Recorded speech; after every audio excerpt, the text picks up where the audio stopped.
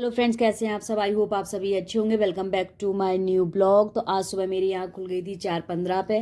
तो सब अभी बज रहे हैं 4:15। आई होप आप सबकी पढ़ाई ठीक चल रही है। मेरी पढ़ाई भी ठीक चल रही है। अगर आपने मेरे चैनल को लाइक नहीं किया है तो लाइक करें, सब्सक्राइब नहीं किया है तो सब्सक्राइब करें और मेरे साथ बने रहें। नाउ सब फ्रेशअप होने के बाद आज जो डे है, डे हम 9 है और फ्रेशअप होने के बाद मैं आ गई थी कम बैक टू स्टडी। तो यहाँ पे मैंने स्टार्ट किया। हमारे ऑलमोस्ट 3 चैप्टर्स कंप्लीट हो गए और ये मुझे काफ़ी अच्छा लग रहा है, फील अच्छी आ रही है।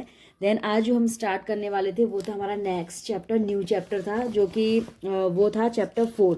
और ये चैप्टर 4 जो है ये बताता है मैप्स के बारे में। तो यहाँ पे एज यूजुअल जो हमारा सबसे पहला फॉर्मेट जो रहता है चैप्टर को, किसी भी चैप्टर को स्टार्ट करने से पहले, कि उसमें जितने भी ब्लैंक्स हैं, जितने भी ये ग्रीन कलर से और येलो कलर से जो भी ब्लैंक्स दिए होते हैं, पहले उनको रीड आउट करना, कि जस्ट गो थ्रू कि उसमें क्या दे रखा है। तो कहीं ना कहीं वहाँ से उन ब्लैंक्स से एक तो क्या है कि इसमें थोड़ी सी गैदरिंग होती है, इन्फॉर्मेशन होती है। और कई बार मैंने ऐसा नोटिस किया है कि कई बार कि जो छोटे छोटे जो क्वेश्चंस होते हैं वो यहाँ से उठ के आते हैं और हमें लगता है कि ये आउट ऑफ सिलेबस है, कि यार ये तो हमने पढ़ा ही नहीं था, ये एनसीईआरटी में तो था ही नहीं।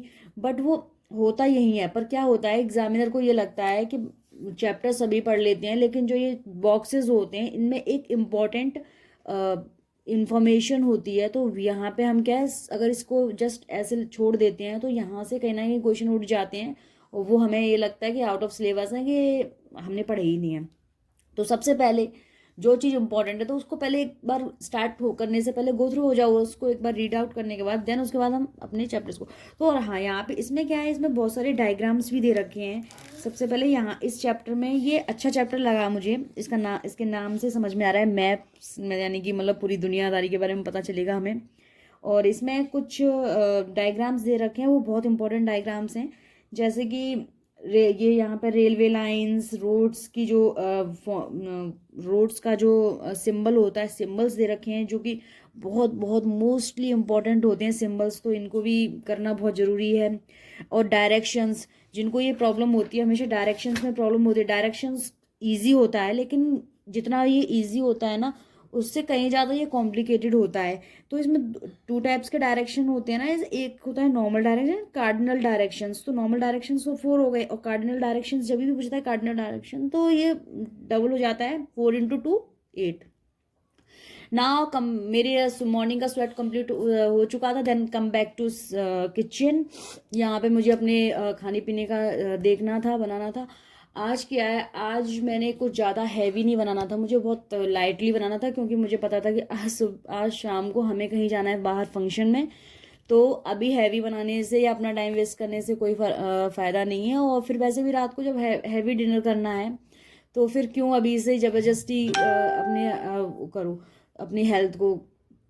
तो यहाँ पे आज मैंने नॉर्मली नमकीन चावल बना दिए थे, और मेरे बेटे को भी ही लाइक्स नमकीन चावल। मैंने कहा ओके। और इससे क्या है ना कि मेरा ज़्यादा काम भी नहीं फैला।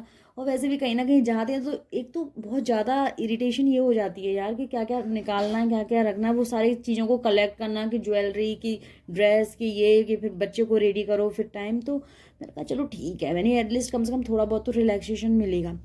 और देन उसके बाद ये है कि हमें जाना था, तो लाइट ठीक है, बाकी जो भी हमारा डिनर है वो नाइट में हैवी हो जाएगा। तो आई थिंक इट्स जो डाइट है वो बैलेंसिंग हो जाएगी। हमेशा ना स्मार्ट वर्क करो।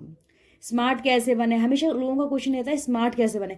स्मार्ट बनने के लिए आपको मेकअप नहीं करना है, स्मार्ट आपको अपने माइंड से बनना है। हमेशा माइंड से क्रिएट करो, स्मार्ट वर्क करो। जो काम हम पूरे दिन में कर सकते हैं, जो काम हम 12 घंटे से, किचन का काम अगर हम 12 घंटे कर सकते हैं, वही काम अगर हम विद इन कुछ घंटों में कर लेते हैं, और उसमें जो आपके जो टाइम बच रहा है वो हुआ ना आपका स्मार्ट वर्क। अगर वही हम अपना पूरी की पूरी स्ट्रेंथ अगर एक काम में लगा रहे हैं, और वही उसी स्ट्रेंथ को में से बचा करके हम कुछ टाइम लगा रहे हैं और कुछ टाइम हम सेव कर रहे हैं, तो ये हमारे लिए बेनिफिट है। तो इसलिए हमें हमेशा स्मार्ट वर्क करना चाहिए। कभी भी अपने टाइम को ना अननेसेसरी वेस्ट नहीं करना चाहिए, कि बस एक चीज़ के पीछे पड़े रहो। और वैसे भी हम तो हाउस वाइफ, तो हमें तो और ज़्यादा अलर्ट और ज़्यादा रिस्पॉन्सिबल होना है। देन अब शाम हो चुकी थी और हस्बैंड का कॉल आ गया था कि आप लोग रेडी रहो, मैं आपको नीचे से पिकअप कर लूँगा। तो फिर क्या था, फिर तो भाई जल्दी रेडी होकर के जाना ही, क्योंकि आई थिंक ये हर किसी के घर में ये होता है कि ना लोगों को बिल्कुल पेशेंस नहीं होते हैं। स्पेशली मेंस को तो कभी कोई पेशेंस होते ही नहीं है। बस बरसने लग जाते हैं। तो फिर क्या था, हम फाइनली टाइम से ही पहुंच गए थे। हम 8:39 तक हम निकल गए थे और हम फंक्शन में ईजिली हम टाइम से पहुंच गए थे। और यहाँ पे आकर के हम बेटे को जो भी पसंद था, उसको जो भी चीज़ें थी, उसको एकदम फ्रीडम मिल गई कि हाँ भैया आज मैं फ्री हूँ, कुछ भी खा सकता हूँ, मम्मा के कोई रेस्ट्रिक्शंस नहीं है। देन उसके बाद ये खाया पिया जो भी जिसको जैसे अच्छा लगा